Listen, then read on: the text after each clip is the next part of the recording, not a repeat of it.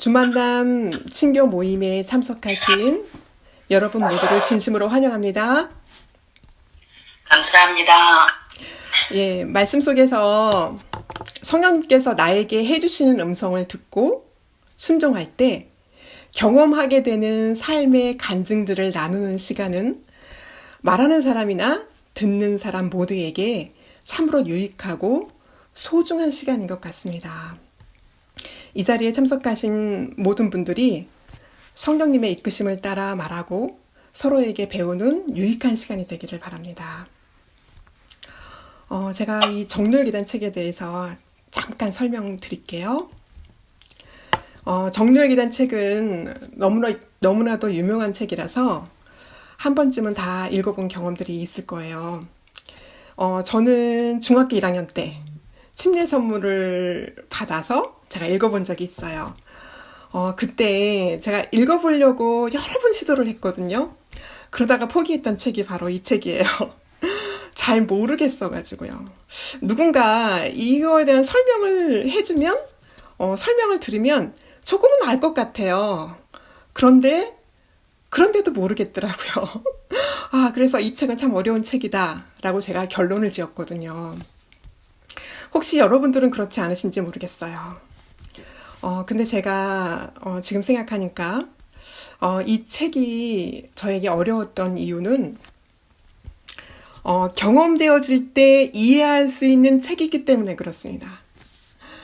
경험으로 읽어야 하는 책이기 때문에 경험되어지지 않으면 이거 이해할 수 없는 거더라고요. 그리고 남는 것도 아무것도 없고 아무것도 아닌 게 되더라고요.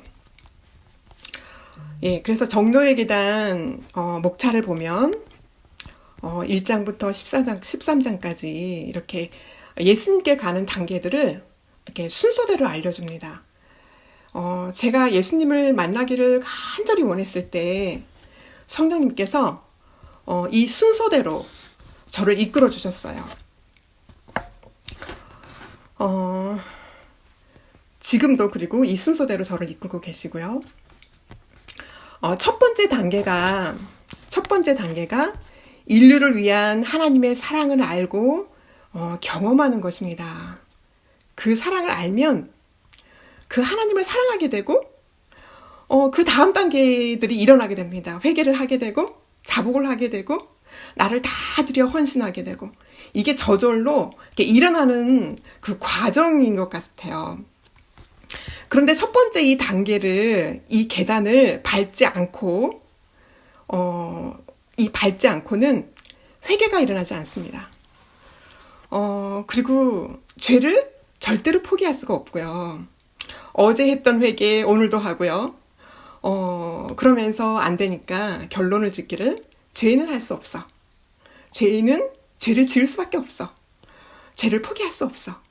죄를 계속 지어도 그냥 하나님이 우리를 사랑해 주셔.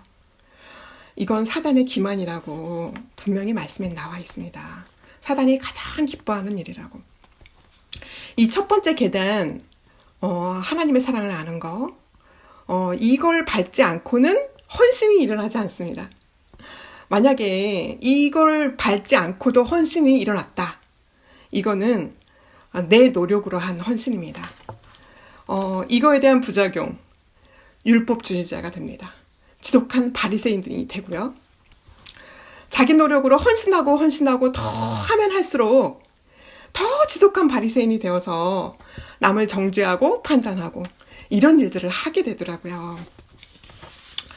예, 그래서 하나님의 사랑을 알면 모든 것이 순서대로 이루어집니다. 하나님을 사랑하게 되고 모든 애정이 하나님한테 있고 하나님과 반대되는 건 모두 버리고 싶고 이것이 바로 회개고요. 나를 다 드려 그분의 종이 되고 싶고 계속 배우는 자가 되고 하나님의 제자가 되어서 하나님의 일을 하게 되는. 그래서 하나님의 말씀을 순종해야 참 어려워. 죄를 포기하는 건 참 어려워. 이런 생각이 든다면 그 이유는 첫 번째 계단을 잘 밟지 않았기 때문입니다. 그래서 제가 요한일서 4장 20절에 누구든지 하나님을 사랑하노라 하고 그 형제를 미워하면 이는 거짓말하는 자니. 제가 이 말씀을 이해하게 됐어요. 저를 핍박하고 저를 힘들게 하는 사람을 용서하기가 어렵고, 형제를 사랑하고 나눠주는 게 잘 안 되고, 미움이 일어나고, 참 그러면서도 하나님을 사랑한다고 하는 거 거짓말이라고요. 그 사람은 하나님의 사랑을 알지 못하는 사람이고, 하나님을 사랑하지 않는 사람이라고, 그 첫 번째 계단을 밟지 않은 사람이라고 이렇게 지적해 주는 것이었더라고요. 이 첫 번째 계단을 밟는 일부터 시작해야 되는 거더라고요. 저는 저의 경험 속에서 이것이 확인이 되면, 형제 사랑이 안 되고요, 용서하는 게 안 된다는 게 확인이 되면 다시 이 첫 번째 계단을 밟기 위해서 다시 돌아갔어요. 그래서 다시 시작하고 또 다시 시작하고, 제가 이렇게 하고 가게 됐어요. 그래서 첫 번째 이 계단, 인류를 위한 하나님의 사랑을 아는 거, 이게 신앙의 첫 번째 계단입니다. 가장 중요한 계단이고, 이거를 건너뛰고는 다른 계단을 밟을 수 없고, 다른 계단을 밟으려고 하는 시도는 헛일이라는 거, 제가 제 경험 속에서 정확하게 알게 되었어요. 그래서 성경에는 모래 위에 지은 집, 반석 위에 지은 집, 이런 걸로 설명을 했는데, 폭풍과 시련 앞에서 이 첫 번째 계단을 밟지 않으면, 기초가 없으면 무너질 것이기 때문에 그렇습니다. 그런데 하나님의 사랑을 아는데도 10%만 알면 10%의 회개와 10%의 헌신, 10%의 믿음밖에 없더라고요. 제 경험이에요. 그리고 제가 50% 정도 알게 되면 50% 정도는 하나님을 사랑하고 그분을 신뢰하고 믿고 의지하고 따라가게 됩니다. 근데 부족하죠. 그래서 삶에 갈등들이 생기고, 그런데 그 100%의 사랑을 알면 하나님을 100% 온전히 신뢰하게 되고요, 100% 나를 드릴 수 있게 됩니다. 근데 그 사랑은 하나님의 십자가의 그 큰 사랑에 나타나 있는데, 그 사랑을 보기까지, 그 100%의 사랑을 보게 되면 이때 제 자아가 완전히 포기하게 됩니다. 제 자아를 계속 포기해야 되지만 첫 번째 완전히 굴복되는 지점이 바로 십자가 앞에서입니다. 그래서 내 자아가 완전히 죽는 그 첫 번째 경험, 그 앞에 나를 다 드리게 될 때 하나님께서는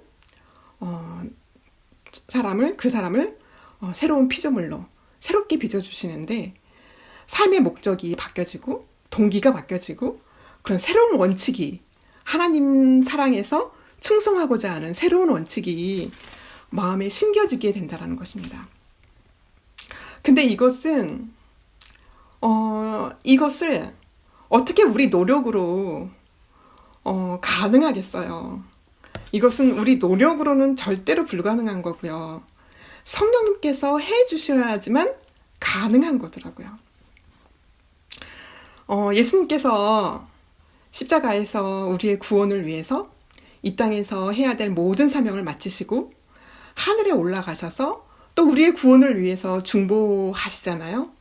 그러시면서 우리에게 주신 선물이 성령님을 보내주겠다고 약속하셨어요.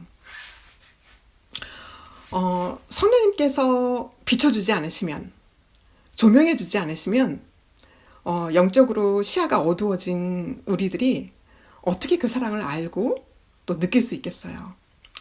마치 캄캄한 밤에는 장미꽃이 아무리 예뻐도 그 빨간색, 분홍색, 노란색이 보이지가 않아요. 색을 볼 수가 없잖아요. 그래서 그 아름다움을 진짜 볼 수가 없어요. 그런데 빛이 비춰질 때 빨간색 장미도 노란색 나비도 볼 수 있는 것처럼 성령님께서 비춰주실 때 하나님의 그 품성, 그 아름다운 사랑, 그걸 알게 되는데, 제 머리로, 제 지식으로 알 뿐 아니라 그것이 이 가슴에 내려와서 이 가슴으로 알게 되는데, 하나님의 그 큰 사랑, 그 애틋한 마음, 그 아픈 마음, 그리고 흘리시는 그 눈물, 이것들을 이해하고 느끼게 되고요. 그래서 가슴으로 깊이 알게 될 때 이렇게 삶의 변화가 생기더라고요. 머리로만 알 때는 말씀에 그렇게 나와 있어요. 우리가 머리로 알 때는, 머리로만 알면 삶에 아무런 변화가 없다고요. 근데 이 성령님께서 비춰주셔서 내 가슴으로 알게 되면 나를 드리고 싶어요. 그 사랑 앞에 내가 나를 포기하고 싶어요. 죄를 버리고 싶어요. 순종을 하고 싶어져요. 그래서 우리를 삶의 변화로 이렇게 이끌어 주신다라는 그 말씀을 제가 읽은 적이 있어요. 그래서 우리를 예수님의 십자가 앞으로, 그 큰 사랑 앞으로 인도하시는 분이 성령님이신데, 그 성령님의 음성을 듣지 않고는 그 성령님이 나를 그 예수님의 큰 사랑 앞으로 이끌지 않으신다는 것입니다. 제 경험에 오늘 나에게 말씀해 주시는 성령님의 작은 음성을 제가 듣고 거절하지 않고 순종하고 굴복하고 제가 따라가기로 선택하고 도와달라고 구할 때 성령님께서는 계속 조금씩 저의 시야를 밝혀서 하늘의 것을 이해할 수 있게 해주시고 그 큰 사랑을 볼 수 있도록 계속 이끌어 주셔서 결국은 얼마 동안의 시간이 흐를지는 몰라도 우리 각자를 그 사랑 앞으로, 십자가 앞으로 이끌어 주시겠다고 약속하셨습니다. 그래서 저는 이 모임이 각자 집에서 성령님의 비춰주심, 조명해 주심을 간절히 구하고 그 성령님께서 가르쳐 주시는 그 조명해 주시는 그 빛을 따라서 그 말씀을 깊이 묵상하고 볼 때 성령님께서 가르쳐 주시는 작은 것, 서로에게 다르잖아요.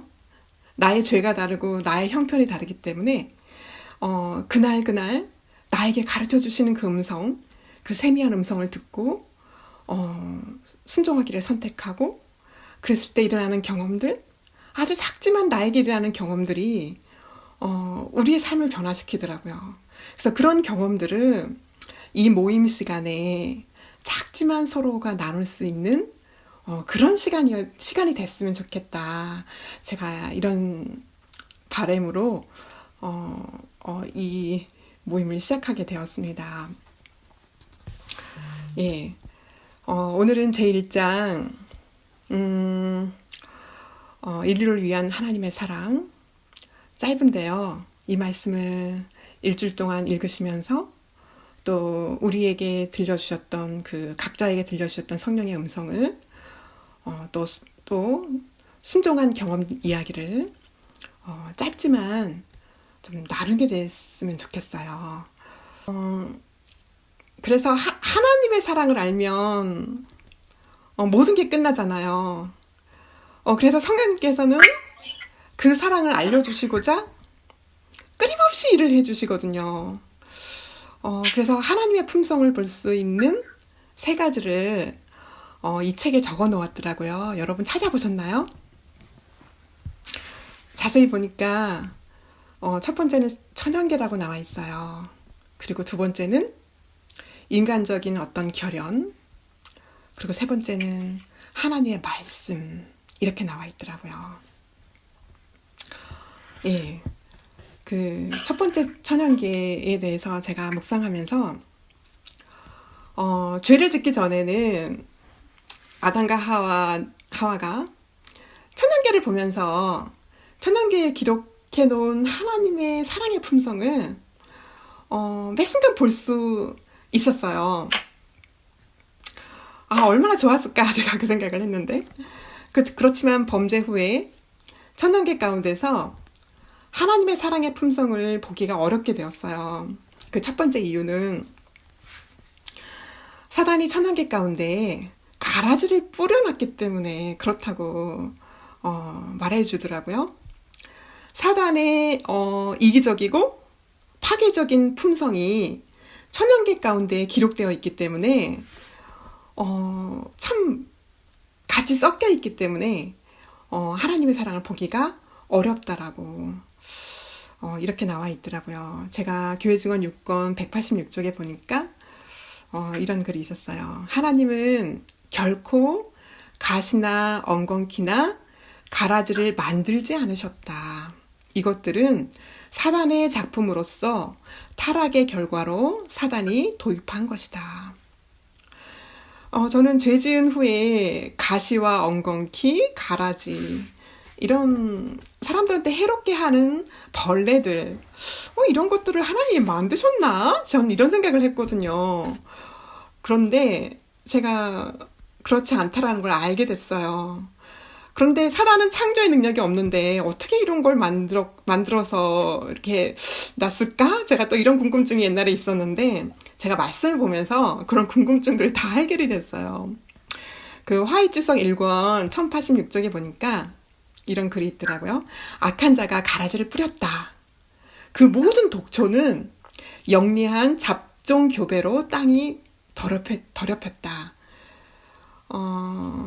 그래서 사단이 뭐를 창조해낸 게 아니라 가시나 엉겅퀴나 가라지를 창조해낸 게 아니라 하나님이 창조한 좋은 것들을 교배해서 잡종 교배를 해서 이 안 좋은 것들을 만들어냈구나. 제가 이렇게 알게 됐어요. 그래서 천연계에 각종 파괴적이고 이기적이고 어떤 안 좋은 것들, 사람을 해롭게 하고 근심하게 하고 수고하게 하고 힘들게 하는 모든 것들, 독초들, 이런 모든 것들이 이 영리한 사단의 잡종 교배, 이것으로 만들어진 거구나. 제가 알게 되었어요. 그리고 천연계를 통해서 또 알 수 없는 두 번째 이유는 죄인의 마음이 이기심과 교만으로 가득하기 때문에 그 교만과 이기심을 가지고 있는 죄인의 눈은 캄캄하고 어두워진 시야를 가지고 있기 때문에 아무리 천연계가 아름답고 거기에 하나님의 사랑의 품성이 적혀 있어도 그걸 볼 수 없다라는 거 제가 알게 되었어요. 제가 산상보훈을 보다가 거기 96쪽에 이런 글이 있었어요. 하나님께서 백합화의 꽃잎 위에 그대를 위한 기별을 불신과 이기심과 해로운 근심을 버릴 때만 읽을 수 있는 말로 기록하셨다. 제가 이 글을 읽고 꽃잎마다 하나님의 사랑이 기록되어 있구나. 나 그거 읽고 싶은데. 제가 14년 전에 그랬어요. 14년 전에 제가 이 책을 읽으면서 꽃잎마다 하나님의 사랑을 기록해놨다 그러는데 저는 읽을 수가 없거든요. 아무리 봐도 못 읽겠는 거예요. 그래서 내가 이기심으로 가득 찬 사람이구나. 하나님을 불신하고 근심으로 가득한 사람이구나. 그러면서 제 마음에 소원이 생겼었어요. 아버지, 저 그거 읽고 싶어요. 이렇게요. 저 꽃잎 위에 하나님께서 기록해 주신 그거 저 읽고 싶어요. 그 꽃잎 위에서 하나님의 사랑을 좀 보고 싶어요. 저 보여주세요. 제가 정말 여러 날 이 기도를 했어요. 그리고 뒷산을 가면서 늘 이 기도를 했어요. 저 그거 읽고 싶어요. 가르쳐 주세요. 제가 하도 애원을 하니까 이기심이 가득한 마음임에도 불구하고 하나님이 아주 조금 보여주시더라고요. 제가 산에를 갔는데 기도하면서 그때 들국화가 보였어요. 보랏빛 들국화가 딱 보이는데 그 순간에 그렇게 아름다울 수가 없었어요. 그래서 제가 그걸 보면서 이 꽃은 하나님의 품성이구나. 하나님의 영광이구나. 너 들국화, 너 사람들이 산에 온 사람만 봐주지만 너 작지만 너가 하나님의 품성을 드러내는 존재구나. 막 이런 것들이요. 제 마음에 막 이렇게 막 감동으로 막 일어났어요. 제가 그래서 아버지, 저도 저 들국화처럼 하나님의 품성을 드러내는 사람이 되고 싶어요. 그런 꽃을 피우는 사람이 되고 싶어요. 제가 그 당시 아무것도 몰랐거든요. 그런데 그 기도를 했어요. 제가 그 기도를 하니까 그렇게 인도해 주시는 것 같아요. 그런데 천연계를 통해서는 정말 희미하게만 보일 뿐이지 정확하게 그 하나님의 사랑을 알 수 없다라는 거 제가 말씀으로 또 경험으로 알게 되었어요. 그런데 왜 하나님께서는 이 가시와 엉겅퀴, 가시를 이 사단이 뿌리도록 허락하셨을까? 제가 이것이 또 궁금했어요. 이거 왜 허락하셨을까? 그런데 여기 전도회계단 9페이지, 9쪽에, 영문 페이지 9쪽에 정확하게 나와 있더라고요. 제가 읽어볼게요. 가시덤불과 엉겅퀴, 사람의 생애를 괴롭게 하고 근심하게 하는 고난과 시련도 죄가 빚어낸 영락과 태폐에서 사람을 구원하시는 하나님의 경륜에 필요한 훈련의 한 부분으로서 사람의 유익을 위하여 마련된 것이다. 이 세상이 비록 타락하기는 하였으나 모두가 슬픔과 비애뿐은 아니다. 천연 그 자체 가운데서 희망과 위안의 기별을 찾을 수 있다. 엉겅퀴에도 꽃이 피고 가시덩굴에도 장미꽃이 덮인다. 저는 이 마지막 말씀이 저에게 마음이 굉장히 많이 와닿았는데, 엉겅퀴에도 꽃이 피고 가시덩굴에도 장미꽃이 덮인다. 이 가시 때문에 고통과 수고와 근심이 없이는 절대로 하나님을 찾지 않을 것이기 때문에 하나님께서는 마음이 아프셔도 이걸 허락하셨다라는 거 제가 알게 되었고요. 제 경험으로 알게 되었어요. 제가 이 가시, 이 슬픔, 이 고통이 아니었으면 하나님을 절대로 찾지 않을 사람이에요. 왜냐면 세상이 좋고 그냥 하나님 찾지 않아도 좋았기 때문에. 그래서 이 고통 중에 죄가 얼마나 끔찍한 건지 정말 하나님을 찾을 수밖에 없고 돌아갈 기회를 주시고자 이것들을 허락하셨다라는 거. 그래서 이것들을 알고 하나님께 돌아간 사람은 그 죄 문제를 해결하고 하나님의 품성을 나타낼 수 있는 사람으로, 꽃을 피울 수 있는 사람으로 해주신다라는 그런 약속이더라고요. 제가 이 마지막 글귀가 저 마음에 굉장히 많이 와닿았고요. 그 뒤에도 그런 말씀이, 비슷한 말씀이 또 있더라고요. 영문 페이지 14쪽 마지막 단락의 맨 끝에 있는 말씀인데, 이 모든 것은 인류를 멸망과 죄의 타락에서 건져내시고 또한 인류로 하여금 하나님의 사랑을 반사시켜 거룩한 기쁨을 누리게 하려 함이라. 결국은 하나님께서 그 하나님의 품성을 우리로부터 드러내게 해주시려고, 가시와 엉겅퀴에서 그 꽃을 피우게 해주시려고 하셨구나라는 거 제가 다시 한번 생각하게 되었어요. 그리고 두 번째는 영문 페이지 10쪽에 마지막 단락에 그렇게 적혀 있더라고요. 제가 읽어볼게요.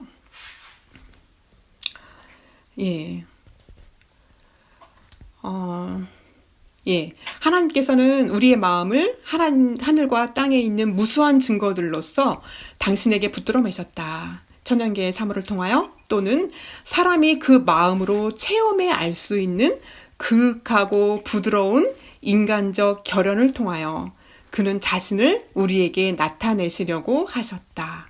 그러나 이러한 것도 그의 사랑을 나타내기에는 충분치 못하였다.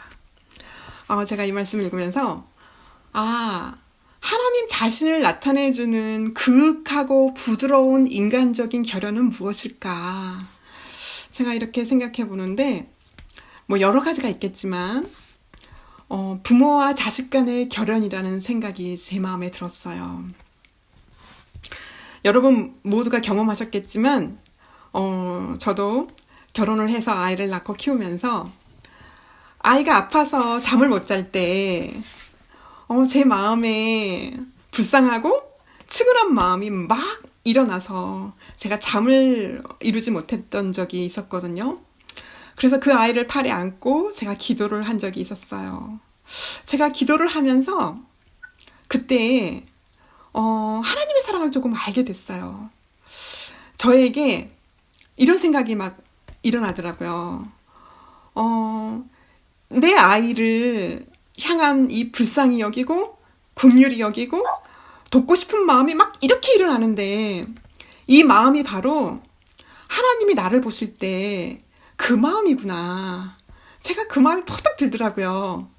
그리고 하나님이 내가 내 아이를 이렇게 불쌍히 여기는 마음으로 정말 측은히 여겨서 안 아프게 도와주고 싶은데 하나님께서 나를 보실 때 이 마음으로 나를 보신다면 내가 걱정할 게 없구나. 제가 그거를 알게 되면서 마음에 막 기쁨이 솟아 올라왔어요. 그리고 너무 평안이 이르러 왔어요, 저에게. 그리고 또 한 번은 아이가 말을 안 듣고 속을 썩일 때요. 예, 제 아이가 말을 안 듣고 속을 썩여도 제가 그 아이의 엄마이기를 포기할 수가 없더라고요. 말을 안 들어도 제가 제 아이를 사랑하고 있더라고요. 제 아이에게 필요한 거를 제가 사주려고 나가고 있더라고요. 그러면서 제가 눈물을 흘렸어요. 저 아이가 아직 몰라서, 저 아이가 몰라서 그러지 하고 제가 인내를 하게 되고요. 내가 너를 얼마나 사랑하는지 알 수만 있다면 좋을 텐데, 저에게 이런 마음이 이르러 왔어요. 그때 저에게, 퍼뜩 드는 생각이, 그래서 하나님이 사람을 포기하지 못하셨구나. 제가 그 마음이 막 탁 들더라고요. 그래서 왜 범죄한 인류를 하나님이 포기하지 않고, 생명을 주시면서까지 사랑해 주셨는지, 예수님께서 너희가 내 사랑을 알면 좋겠는데, 너희가 아직 알지 못해서 그러지 하면서 그 사랑을 알려주시고자, 일해 주시는 거.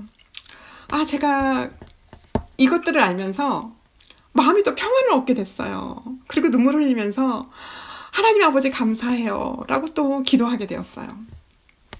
부모는 포기할 수 없는 거잖아요. 못난 자식이라도 못난 자식에게 더 애정이 가고 더 사랑이 저는 가더라고요. 그래서 하나님께서 이 못난 자식, 이 지구를 포기하지 않고 더 깊은 애정으로 온통 관심을 이 지구에 우리들을 향해서 이렇게 쏟는 거, 그것들을 묵상하면서 너무너무 감사한 생각이 제가 들었어요. 그래서 그 사랑을 조금은 알게 됐지만, 이것도, 하나님의 사랑을 나타내기에는 부족하다. 그 말이 맞는 것 같아요. 왜냐면 요즘에 자식 버리는 부모가 얼마나 많아요. 그리고 부모의 품성이 하나님 품성이 아니기 때문에 얼마나 하나님의 품성을 그릇되게 사단의 품성을 나타내고 있는지 몰라요. 제가 만난 사람 중에 어떤 한 사람이 떠오르는데요. 제가 그분에게 하나님의 사랑을 막 말하고 싶어서 막 이렇게 저렇게 제 경험으로 막 얘기를 하고 있었어요. 그랬더니 그분이 엉엉 울더라고요. 그래서 와, 저 사람 왜 울지? 너무 감동을 받았나? 제가 이렇게 생각했거든요. 그런데 그분이 한참을 울다가 이런 말을 저에게 했어요.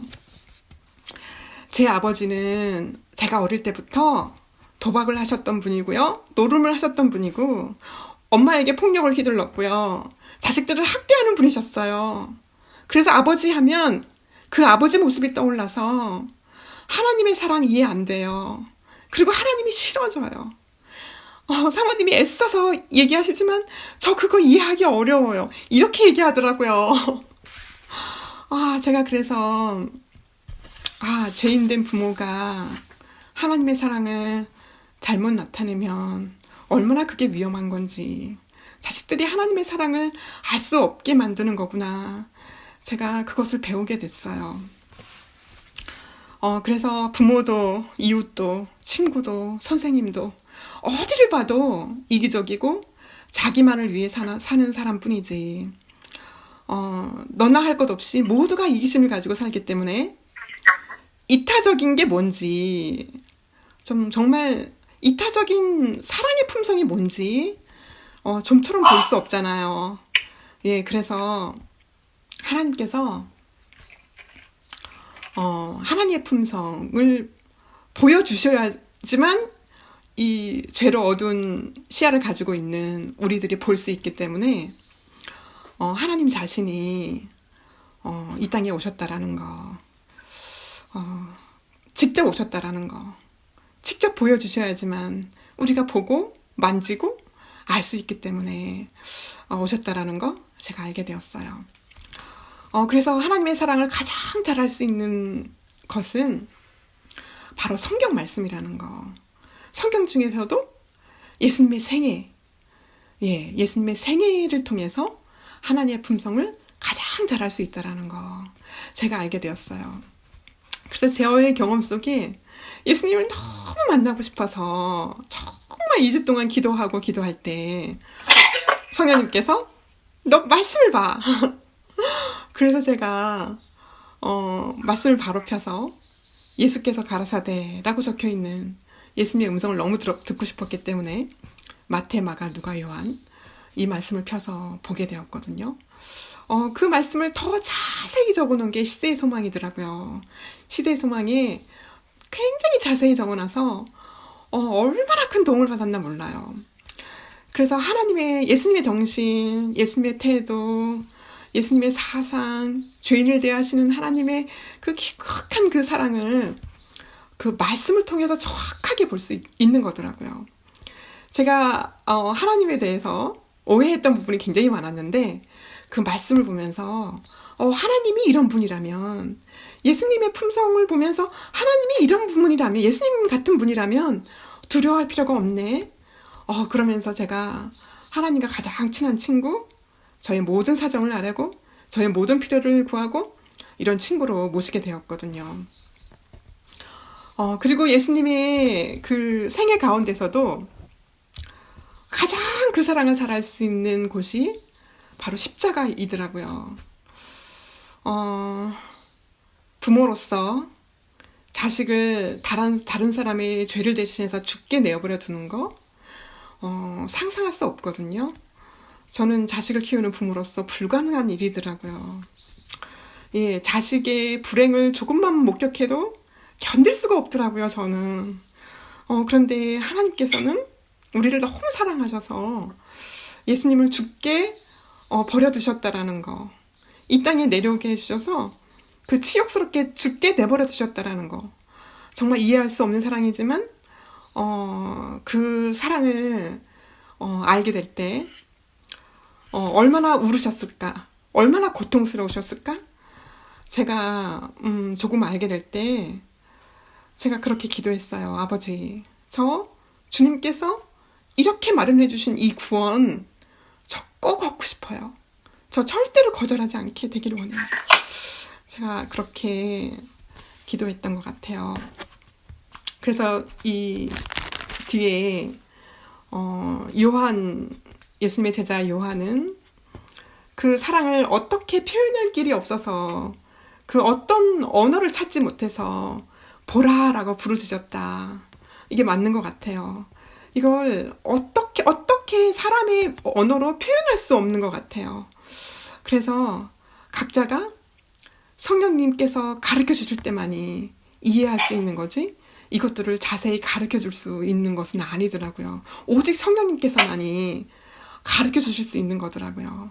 그래서 각자 성령님의 음성을 듣고 따라가는 것밖에 없구나. 제가 그런 생각을 하게 되었어요. 요한일서 3장 1절에 보라, 아버지께서 어떠한 사랑을 우리에게 베푸사 하나님의 자녀라 일컬음을 받게 하셨는가.